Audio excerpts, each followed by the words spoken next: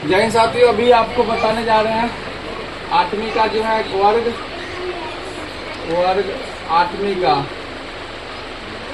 वर्ग आठवीं का है साइंस का, यानी विज्ञान का।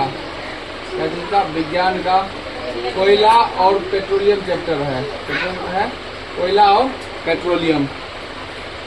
इसमें जानेंगे हम लोग सबसे पहले पदार्थ के बारे में, प्राकृतिक पदार्थ और मानव निर्मित पदार्थ। तो प्राकृतिक पदार्थ आपका हो गया जल, वायु, मृदा। मृदा का मतलब होता है मिट्टी। क्या जी? मिट्टी। खनिज, खनिज मतलब हो गया कोयला हो गया, तेल हो गया, ये सब खनिज में आ जाता है, खनिज। और इत्यादि जो भी आता है ये सब क्या चीज में?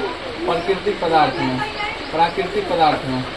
और मानव निर्मित पदार्थ हो गया आपका घर बनाते हैं जो मानव निर्मित पदार्थ, पंखा बनाते हैं, टेबल बनाते हैं, कुर्सी बनाते हैं, कपड़ा, गाड़ी, मकान, ये सब जो भी आ गया ये सब क्या चीज में? तो आपका मानव निर्मित पदार्थ में।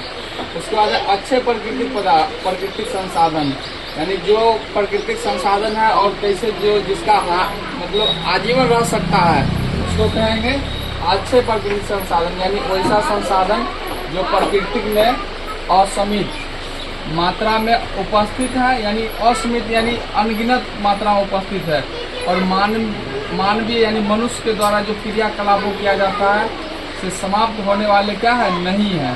जो समाप्त नहीं होता मनुष्य के यूज करने के बाद भी, उसे क्या कहेंगे? अच्छे प्राकृतिक संसाधन कहलाते। वह अच्छे प्राकृतिक संसाधन, जैसे सूर्य का प्रकाश का कितना आप प्रयोग कीजिए और वायु का कितना प्रयोग कीजिए, ये आपका क्या होगा?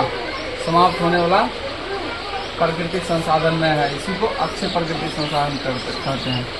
और प्राकृतिक संसाधन में एक है समाप्त होने वाले प्राकृतिक संसाधन। जैसे परिभाषा लिखिए उसका है वैसा संसाधन जो प्राकृतिक में इन स्रोतों की मात्रा सीमित है। क्या है? प्राकृतिक संसाधन है लेकिन उसका मात्रा क्या है? सीमित है।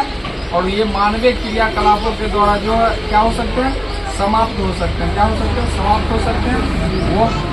वो समाप्त होने वाली क्या कहलाएगा? प्राकृतिक संसाधन कहलाएगा। जैसे वन पेड़ पौधा को हम लोग क्या करेंगे? काट देंगे, क्या हो जाएगा? विलुप्त हो जाएगा, वन खत्म हो जाएगा।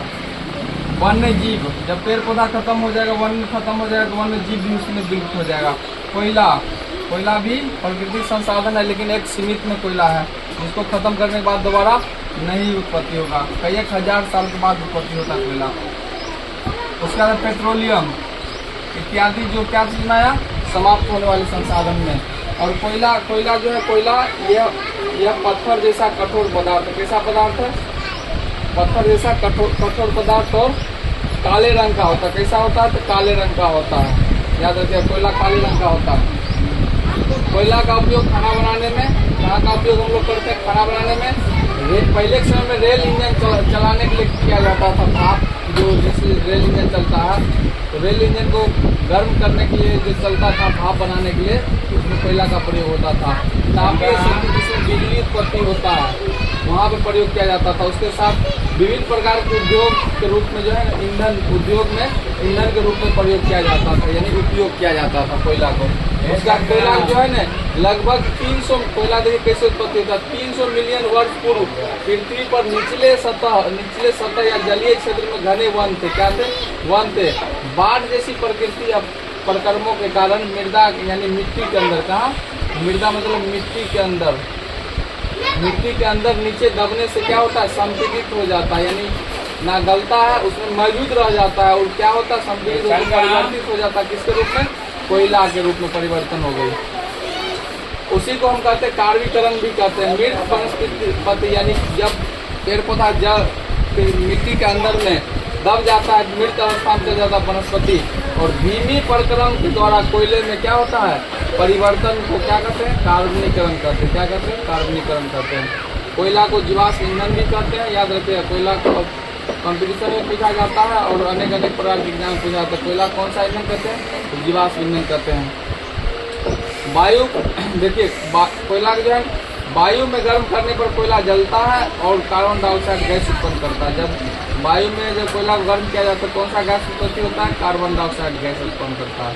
कोयला उद्योग में कोयला का प्रक्रम कुछ उपयोगी उत्पाद प्राप्त किए जाते हैं। जब कोयला का उद्योग उपयोग किया जाता है तो उसमें कुछ उपयोगी उत्पाद यानी प्रोडक्ट बनता है उससे। जिसे हम लोग कहते हैं कोक और कोलतार कहते हैं। तो देखिए कोक का उपयोग होता है इस्पात यानी लोहा बनाने में, उद्योग निर्माण में, धातुओं के निष्कर्षण में। कोक एक ठोस पदार्थ है और सरंध्र होता है और काला पदार्थ होता है। सरंध्र में सड़ा हुआ टाइप का होता है, काला पदार्थ है। कोलतार होता है, इसका उपयोग जो है औद्योगिक निर्माण में तथा उद्योग में, और पेंट जो बनता है उसमें, प्लास्टिक में, फोटोग्राफिक जो फोटो हम लोग खींचते हैं और फोटो प्रिंट करके दिया जाता है, वो जो हल्का हल्का महकते रहता है उसमें ग्राफिक में इत्यादि में प्रयोग किया जाता है। कोलतार एक अप्रिय गंध वाला गाढ़ा द्रव होता है, यानी महकते रहता है, द्रव होता है जो महकते रहता है। इसमें 200 पदार्थों का मिश्रण होता है। इसमें लगभग 200 पदार्थों क्या होता है, मिश्रण होता है। आई होप आपको पसंद आया होगा ये वीडियो। आप लोग MSc राजघाट यूट्यूब चैनल को सब्सक्राइब कीजिएगा और मिलते हैं नेक्स्ट वीडियो में। पेट्रोलियम के बारे में चर्चा करेंगे और जय हिंद।